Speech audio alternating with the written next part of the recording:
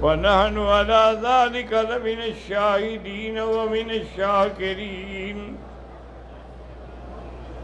والحمد لله رب العالمين رب اشرح لي صدري ويسر لي أمري واحلل عقدة من لساني يفقهوا قولي رب زدني علما۔ برادران اسلام، الحمدللہ ابتدائے محرم سے لے کر آج تک اصحاب رسول رضوان اللہ علیہم اجمعین کے فضائل، شمائل، عظمت، شہادات کا ذکر ہو رہا ہے۔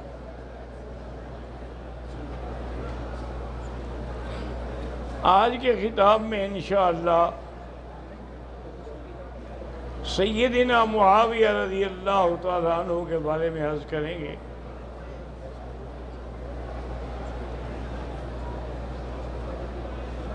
حضرت علی رضی اللہ تعالیٰ عنہ کی وفات کے بعد خلافت جو ہے وہ حضرت حسن رضی اللہ تعالیٰ عنہ کو ملی، کیونکہ آپ کے بڑے بیٹے وہی تھے۔ لیکن کچھ عرصے کے بعد حضرت حسن نے اپنے بھائی حضرت حسین سے مشورہ کیا کہ حالات ہمارے قابو میں نہیں ہیں، قصاص عثمان لینے کی ہم میں طاقت نہیں ہے، اور جو کچھ ہوا ہے حضرت عثمان رضی اللہ تعالیٰ عنہ کے ساتھ اس کا تاریخ میں اس المیہ کا اس کا کوئی مثال نہیں۔ تو انہوں نے کہا کہ بھائی آپ کا کیا؟ انہوں نے کہا میرا مشورہ یہ ہے کہ ہم حضرت معاویہ کے ہاتھ میں بیعت کر کے خلافت ان کو دے دیں، ان میں صلاحیت بھی ہے،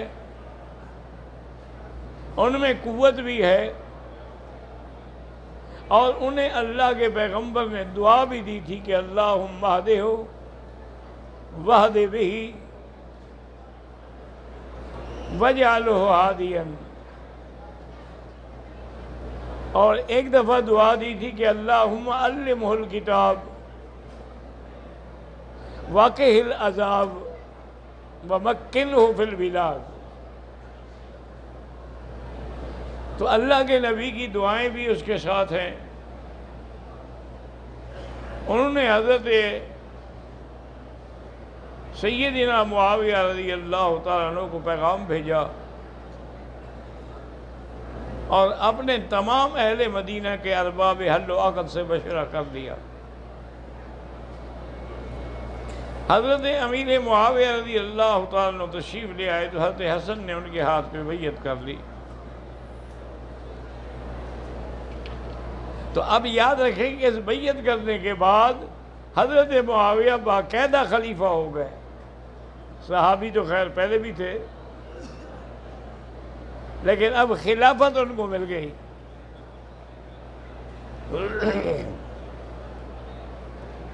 اور بھائیوں نے اور لوگوں نے بھی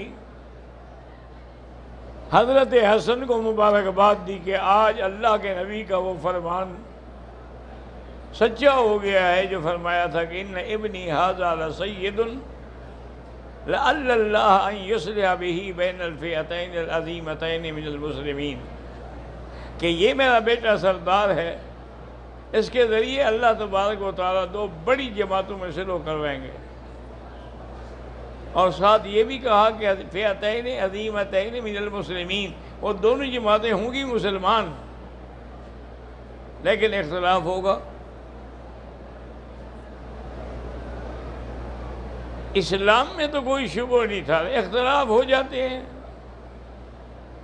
اسی لیے حضرت علی رضی اللہ تعالیٰ عنہ سے کسی نے پوچھا کہ حضرت آپ کی اور حضرت معاویہ کے درمیان جنگ ہوئی، دونوں طرف لوگ شہید ہو گئے، تو ان قتلا کے بارے میں کیا آپ کا فتویٰ ہے؟ آپ نے قتلانا و قتلاہم فی الجنہ، دونوں کے قتلہ جو ہیں وہ جنت میں ہیں۔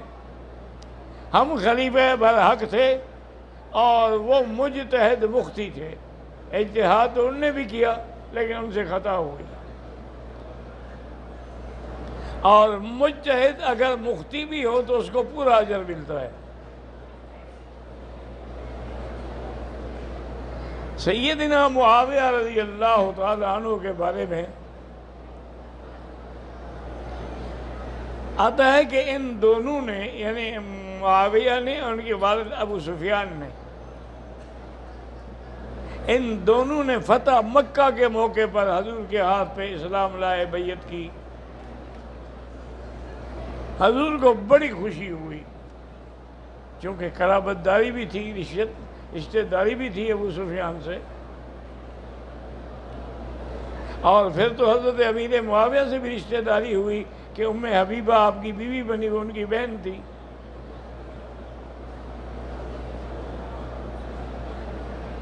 انہوں نے یہی کہا ہے کہ ان دونوں باپ بیٹے نے فتح مکہ کے موقع پر اسلام لائے ہیں۔ لیکن ابن تیمیہ رحمہ اللہ تعالی عنہ نے اور حافظ ابن حجر نے کہا ہے کہ نہیں، وہ اسلام حضرت معاویہ پہلے لا چکے تھے، فتح مکہ سے پہلے اسلام لا چکے تھے، صرف ظاہر نہیں کیا تھا۔ ظاہر انہوں نے فتح مکہ کے موقع پہ کیا۔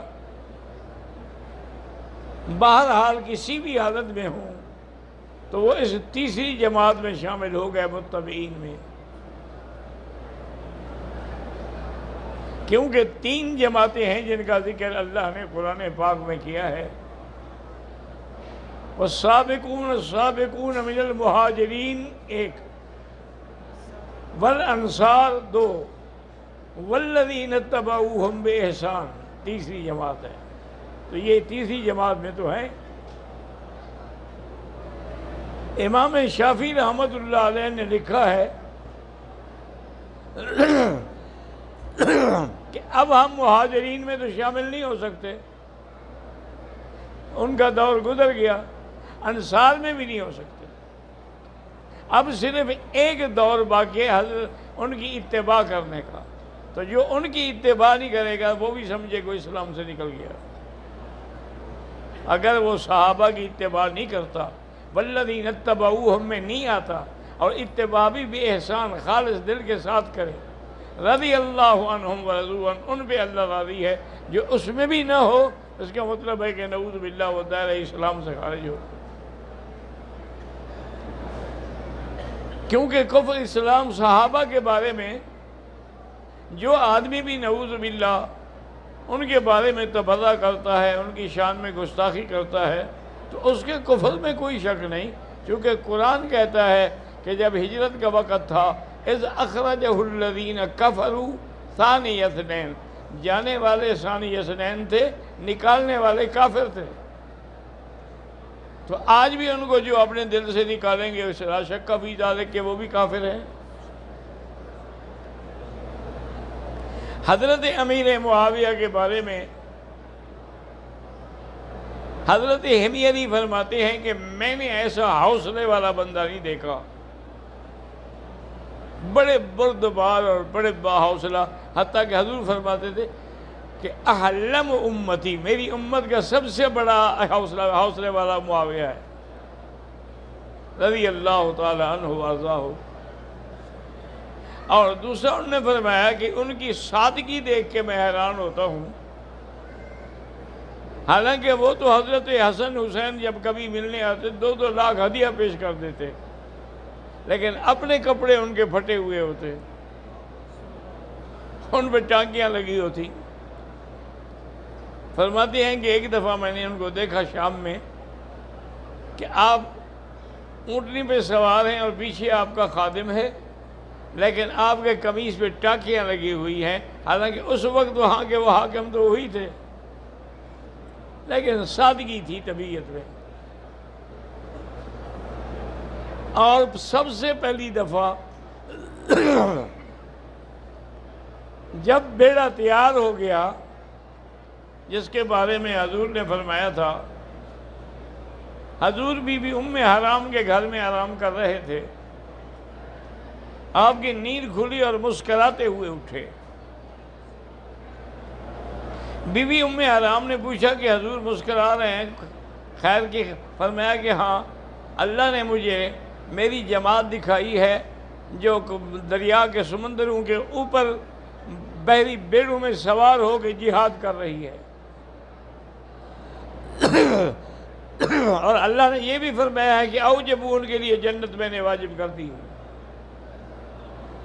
تو بی بی ام حرام نے کہا کہ حضور میرے لیے دعا کریں، اللہ مجھے بھی ان میں شامل کرے۔ اب میں انت منہم، انشاءاللہ تم بھی ان میں ہو۔ دوسرے دفعہ بھی حضور نے یہی خواب دیکھا، تو اس بحری بیڑے کی کمان اور قیادت کرنے والے حضرت معاویہ تھے، جنہوں نے سمندروں کے ذریعے اسلام کو اتنا آگے پھیلا دیا کہ آدمی تصور نہیں کر سکتا ہے۔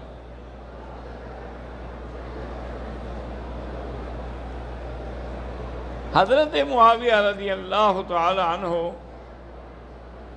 نے کیسریہ میں جب لڑائی ہوئی تو حضرت معاویہ رضی اللہ تعالی عنہ نے اس جنگ میں 80,000 عیسائیوں کو ذبح کیا، اور اس انداز سے جنگ لڑی کہ وہ سوچ ہی نہیں سکے کہ فوجیں کہاں سے آ رہی ہیں۔ اسی طرح بادشاہ کسریٰ نے اپنے دوستوں کو جمع کیا اور کہا کہ آج کل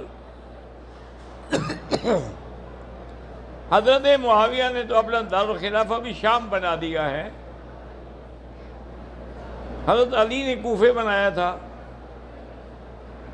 تو اب مدینہ منورہ جو ہے تقریباً وہ خالی ہے، تو اگر ہم حملہ کریں تو مدینہ منورہ پہ فوراً قبضہ ہو سکتا ہے۔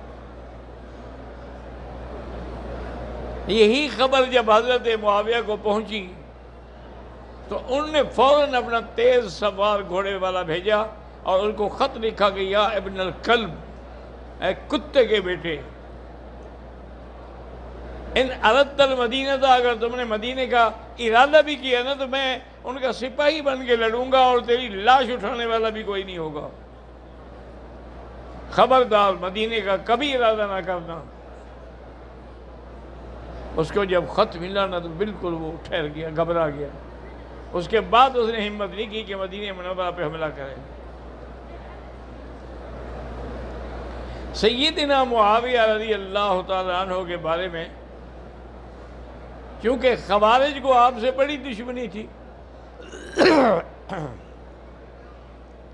ان کے بارے میں انہوں نے، خوارج کے سردار جو تھے ابن سبا والے، ان نے میٹنگ کی، انہوں نے کہا بھئی اس وقت 3 طاقتیں ہیں، ایک حضرت معاویہ ہیں، ایک حضرت عمرو بن العاص ہیں،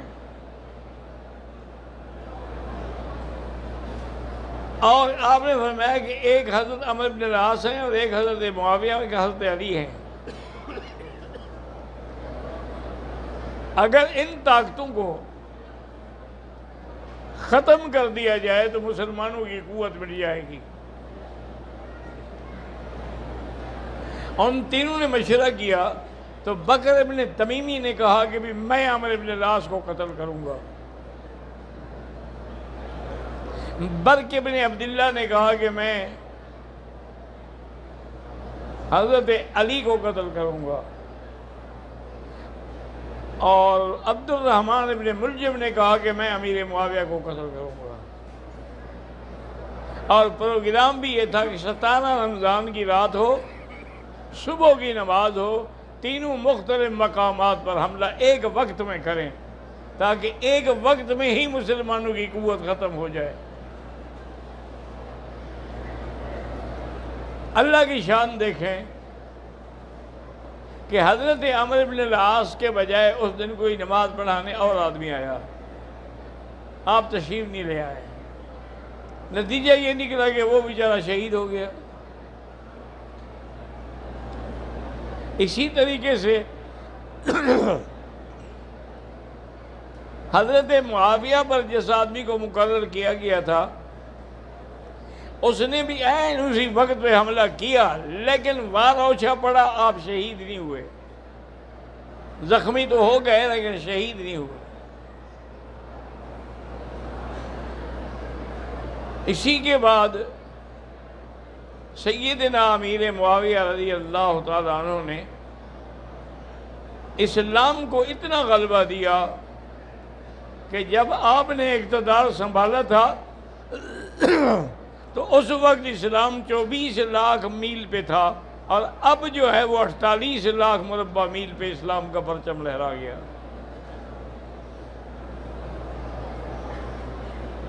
حضرت معاویہ رضی اللہ تعالیٰ عنہ نے دوستوں سے مشورہ کیا کہ اب میں بہت کمزور ہو گیا ہوں،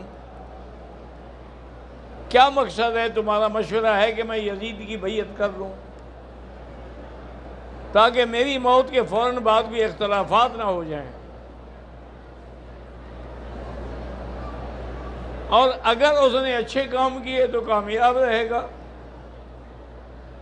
تو آپ نے یزید کو اپنا نامزد خلیفہ مقرر کیا اور اللہ سے دعا مانگی کہ یا اللہ اگر یہ میرا فیصلہ حق پر ہے تو اس کی مدد کرنا، اور اگر میرا فیصلہ غلطی پر ہے تو پھر اس کو قائم نہ رکھنا، نہ اس کے اقتدار کو قائم رکھنا۔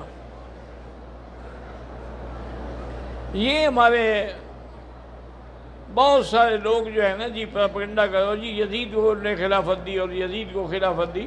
اللہ کے بندے، اللہ کے پیغمبر حضرت داؤد نے حضرت سلیمان علیہ السلام کو بھی تو خلافت دی، وہ بھی تو ان کے بیٹے تھے۔ بیٹے کو دینا اگر ناجائز ہے تو وَلَقَدْ آتَيْنَا دَاؤُودَ وَسُلَيْمَانَ عِلْمًا، اور انہوں نے باقاعدہ خلافت سنبھالی، اور حضرت داؤد کے ہوتے ہوئے ایسے فیصلے کیے کہ جس کو دیکھ کے دنیا دنگ رہ گئی۔ وَفَهَمْنَاهَا سُلَيْمَانَ، تو یہ ان کا تو کوئی قصور نہیں ہے کہ بعد میں اگر یزید نے اس کے اعمال خراب ہو گئے اور حضرت سیدنا حسین کی شہادت کا واقعہ پیش آیا تو اس میں سیدنا معاویہ کو نعوذ باللہ برا بھلا کہنا جو ہے یہ تو بہت بڑی زیادتی ہے۔ ان کا اس میں کیا گناہ ہے؟ اور وہ صحابی رسول تھے، یاد رکھو، اور صحابی اور غیر صحابی کے درمیان عبداللہ ابن المبارک رحمۃ اللہ علیہ، یہ اتنا بڑا آدمی ہے عبداللہ ابن المبارک کہ محدثین نے لکھا ہے کہ جب اس کا نام لیا جائے تو اللہ کی رحمت برستی ہے۔ حضرت عبداللہ ابن المبارک رحمۃ اللہ علیہ سے کسی نے پوچھا کہ حضرت عمر ابن عبدالعزیز میں اور حضرت معاویہ میں کیا فرق ہے؟ یعنی سوال کرنے والا بھی عجیب تھا کہ صحابہ کی آخری صف کے بندے کا ذکر کیا اور تابعین کی صف اول کے بندے کا ذکر کیا، کہ عمر ابن عبدالعزیز کو ثانی عمر بھی کہا جاتا تھا۔ حضرت عبداللہ ابن المبارک نے جب سنا فرمایا عجیب بات ہے ہاتھ کاش تمہیں تمہاری ماں نے نہ اٹھایا ہوتا۔ کیا کہہ رہے ہو؟ حضرت معاویہ صحابی ہیں، ان کا جہاد کے وقت جو گھوڑے کے پاؤں سے مٹی اڑ کے ان کے ناک میں پہنچی ہے، عمر ابن عبدالعزیز تو اس میل کے برابر بھی نہیں ہے، چونکہ عمر ابن عبدالعزیز صحابی نہیں ہے اور وہ صحابی ہیں، اور غیر صحابی جو ہے وہ صحابی کا بدلہ اور صحابی کا مقابل نہیں ہو سکتا ہے۔ تو بہرحال حضرت معاویہ رضی اللہ تعالیٰ عنہ کی وفات ہوئی اور وہیں شام میں ہی آپ کو دفن کیا گیا، رضی اللہ عنہم ورضوا عنہ۔